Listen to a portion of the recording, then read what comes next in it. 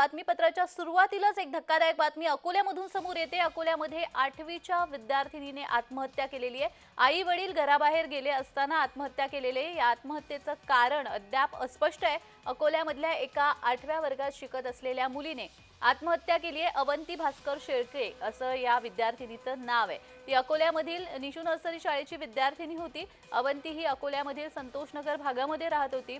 आई वडील काही कामानिमित्त घराबाहेर गेलेले असताना तिने घरात गळफास घेत आत्महत्या केलेली आहे। तिच्या मृतदेहाजवळ एक सुसाईड नोट देखील मिळाल्याची माहिती पोलिसांनी दिलेली आहे। मात्र त्यात काय लिहिलंय याची माहिती अद्यापही कळू शकलेली नाहीये, बाहेर आलेली नाहीये। या प्रकरणी खदान पोलिसांनी आकस्मिक मृत्यूची नोंद केली आहे। मात्र चांगल्या सुशिक्षित कुटुंबातील एका 14 वर्षाच्या विद्यार्थिनीने आत्महत्येसारखं टोकाचं पाऊल का उचललं याचा शोध पोलीस घेत आहेत। या संदर्भात अधिक माहिती देण्यासाठी आमच्या प्रतिनिधी वर्षा मोरे आपल्यासोबत जोडल्या गेलेल्या आहेत। वर्षा, खरं तर खूप धक्कादायक गोष्ट आहे। या विद्यार्थिनीला अभ्यासामध्ये काही त्रास होत होता का, शाळेतून काही त्रास होत असल्याचं समजलंय का, किंवा काही प्रेम प्रकरण काय समोर येत आहे?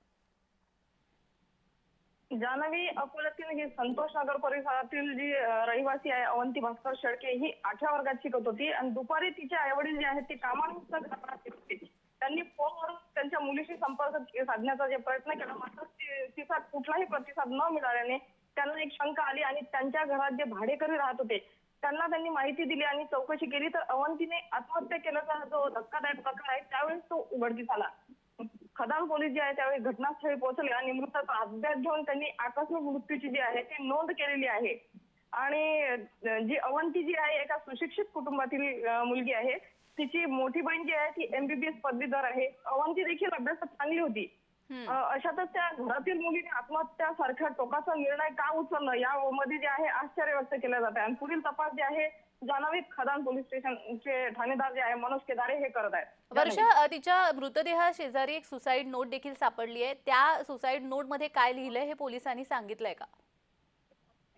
जान्हवी, अद्याप तरी त्या सुसाईड नोट मध्ये काय लिहिलं आहे पोलिसांनी सांगितलं नाहीये आणि जे नंतर काय त्या सुसाईड नोट मध्ये आहे हे निश्चितच पोलीस आपल्याला सांगतील। धन्यवाद वर्षा, दिलेल्या सविस्तर माहितीसाठी।